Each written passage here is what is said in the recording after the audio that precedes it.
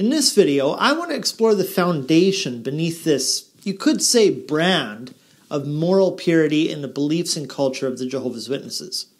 I've touched on this in a few works, most notably my video entitled Jehovah's Witnesses and Sexual Shame. You can find it linked below in the description and in the end screen.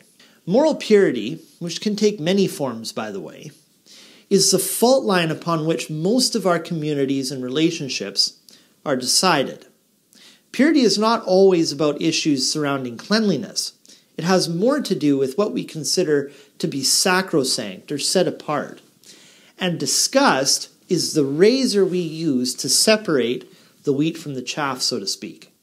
I believe that studying moral purity is very useful to ex-witnesses in understanding our believing friends or family. It actually aids us in comprehending sociology more generally. So let's talk about it.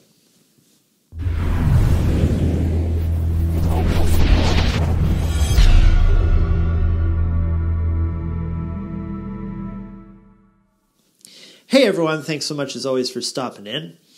It's a well-known fact that for any populace or society to function coherently, there must be a set of rules that are agreed upon, a kind of constitution that guides a collective. Yes?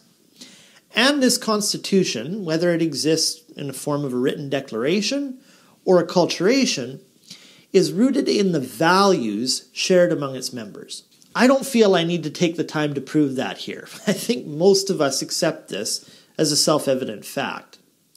You'll notice throughout my channel, I'm very careful not to psychologize people's beliefs. In this work, for instance, I'm not here to prove or disprove any of the witnesses' conduct or any assumptions that may be underlying them. I simply want to understand why their actions turn on the values they do. And in so doing, I'll even be explaining the basis of my own morality. So psychologizing is not the purpose here. As will become evident throughout this video, the Jehovah's Witnesses share a largely conservative or traditional culture. And I don't mean that necessarily in the political sense. If you must look at it that way, you can. There are some discernible characteristics which demonstrate that, and we'll get into it shortly. But let's lift up the chassis, so to speak. Let's get beyond right or wrong, good or bad, and ask what motivates us to evaluate an ethic as either true or good. Hence, the question we're begging is, what is moral foundation theory? Moral foundation theory, according to Wikipedia, is a theory intended to explain the origin of and variation in human moral reasoning on the basis of innate modular foundation. Note that innate does not mean unmalleable. It means organized in advance of experience, per Marcus 2004. These innate modifiable mechanisms provide the parent and other socializing agents the moral foundation to build on as they teach children local virtues, vices, and moral practices. End quote. Every human action is derived from a subconscious or conscious thought process, while the thought processes are linked to moral reasoning on the basis of innate modular foundations. Now that's a pretty wordy way of putting it. But notice, we're not talking about its rightness or wrongness. That's a big mistake evolutionists make in understanding communities such as the JWs. A culture or code can be made up of both rational and irrational elements. But certain thoughts and moral arguments, which may simultaneously be true and morally correct, can still only be contemplated within an ethical system or matrix. So just by way of example here, it's impossible to speak about theft outside of its broader context, which would be something like property or ownership. Likewise, it's impossible to discuss the wrongness of adultery without its broader context being the necessity of loyalty within groups, say. And we know this is the case because if it weren't, then people would organize themselves equally across all social divides. You could go to Ireland, for instance, and more or less expect to meet the same number of atheists, Catholics, Buddhists, and postmodernists. But no, when we travel the world, we see that people organize themselves into communities with shared morals. Birds of a feather flock together, right? And I'm not exempt from this. I see the world through a hyper-Western, modernist kind of perspective. This is called homophily, which means love of the same. When you step back and consider all the people you spend time with, you'll likely notice something peculiar. These people are remarkably similar to you. So there needs to be an explanation for that.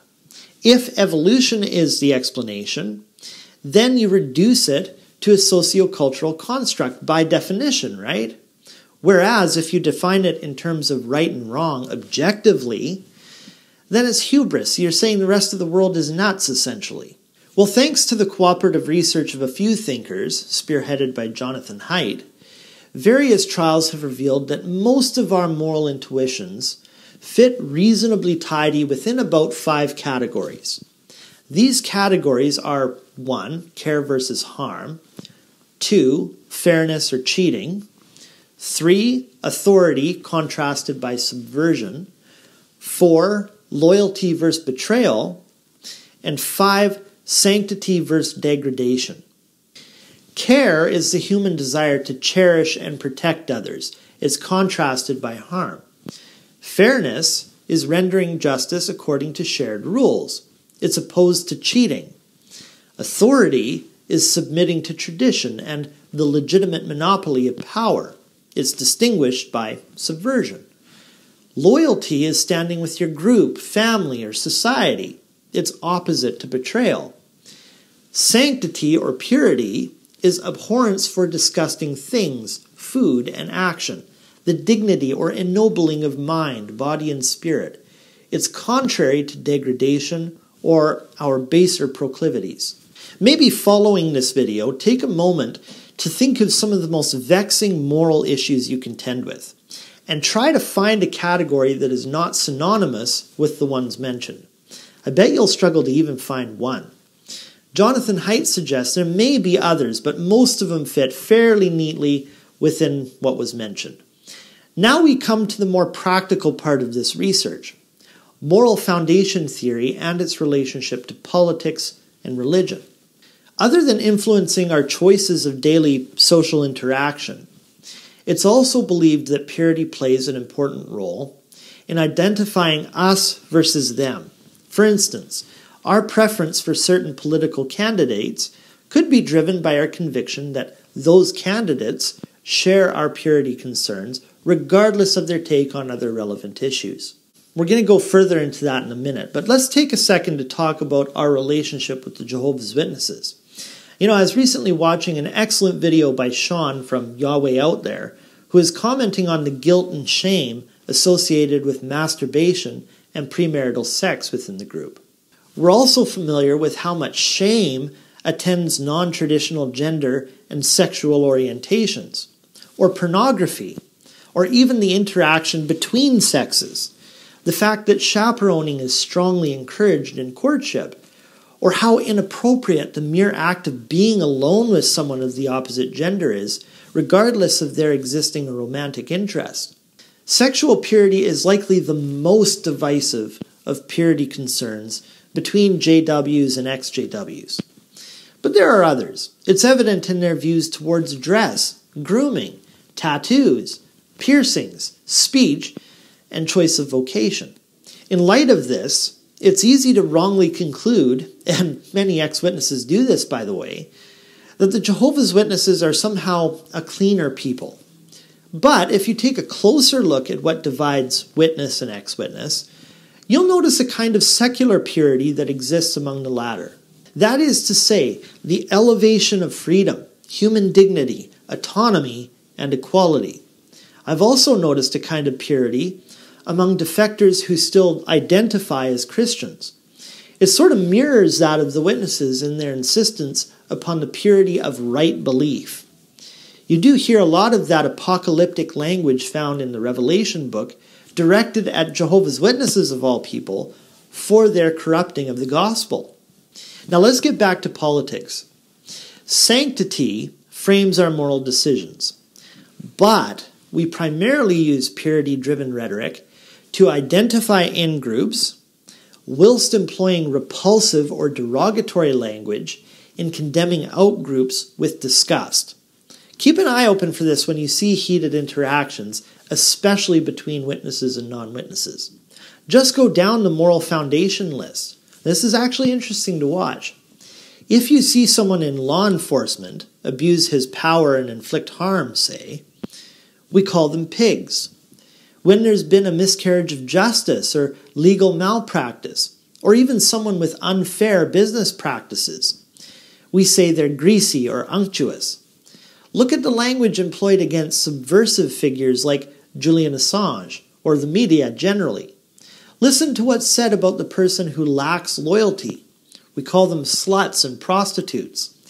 And of course, anyone who is given to vice and doesn't treat their minds and bodies with dignity, we use the foulest of language to condemn them too, don't we? Even calling them pieces of shit and so on. Indeed, the most offensive rebuke we can use on someone is something from the realm of disgust and revulsion. In recent years, moral foundation theory has been employed to differentiate across the political spectrum in the United States and Britain. Whereas the liberals have been shown to draw primarily upon the care versus harm and fairness versus cheating dimensions when making moral judgments, conservatives endorse all 5 foundations more or less equally. That doesn't make it better or worse, mind you, it's just an observation. Perhaps you've heard the expression before, Democrats fall in love, Republicans fall in line. Republicans tend to exhibit more patriotic sentiment than Democrats, and they also tend to take a stronger pro-war posture in their foreign policy. These observations undoubtedly correlate with the authority versus subversion and loyalty versus betrayal realms in moral foundation theory. In recent studies, partisans strategically oppose one or more fact about the out-group that the people do not like or are against. They message their political agendas specifically along these axes to curry favor from their respective base. In America, for example, the Republicans focused on the purity spectrum, while things associated with that were gradually losing its core value, i.e., emphasis placed on the marital unit, traditional family values, and how marriage equality legislation purportedly undermined these.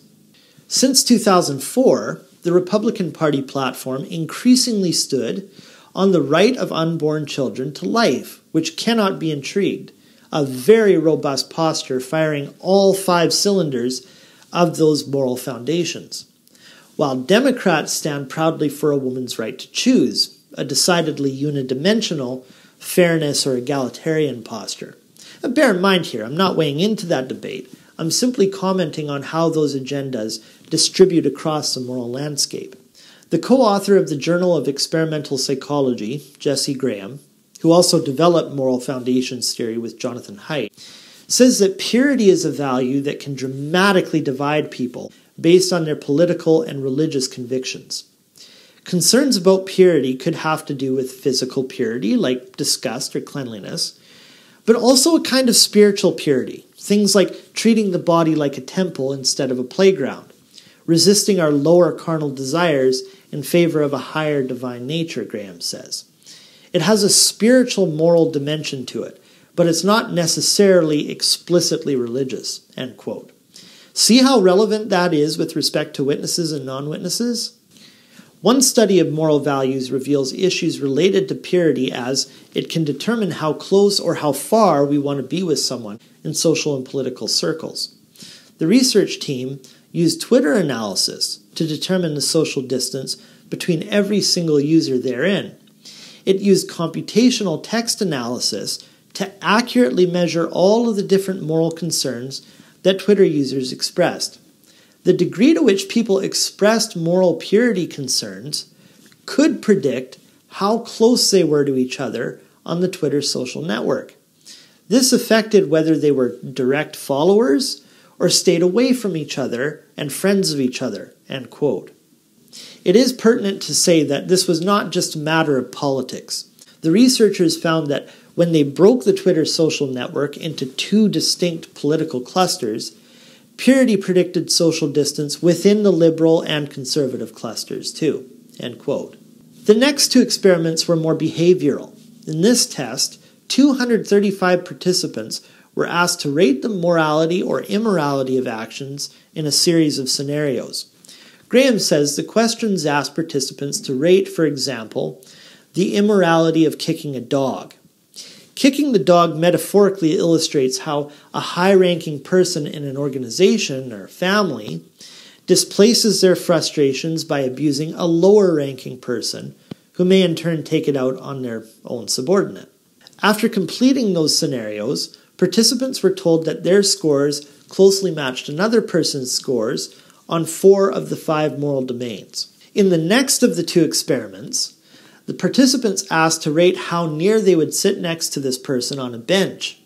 They also were asked to rate their willingness to let a person into their communities on a scale of 1 to 6, from I would let that person marry into my family to I would exclude that person from my country. Participants were assigned to hear that another person scored similarly to them, except on the issue of one of the 5 moral concerns: care, fairness, loyalty, authority, and purity. Out of the 5, purity evoked the strongest division. The purity condition group sought to keep as much physical and social distance from the offending person as possible. And again, with 557 new participants who rated the morality of several scenarios, they were told that they were very similar to a potential partner in one moral domain, but unlike in other domains. The test result tracked like the previous studies, with purity as the biggest mover. I believe these findings can really aid us in all of our social interactions, but namely those between our believing friends and family. It's important to give the witnesses their due concerning moral purity, especially those of a sexual nature. I know how disoriented I felt when my moral inclinations, which were tremendously sympathetic to the witnesses, became untethered from the rest of their largely fallacious doctrines. Tell me below in the comments what you think of this purity or sanctity matrix in moral foundation theory, and we'll see you in the next one. Take care. Hey guys, did you like this video? You know what to do. And if something I mentioned today resonated with you, click one of them cards on this screen. I have lots of related content sure to interest you. Thanks as always for your views, and we'll see you next time.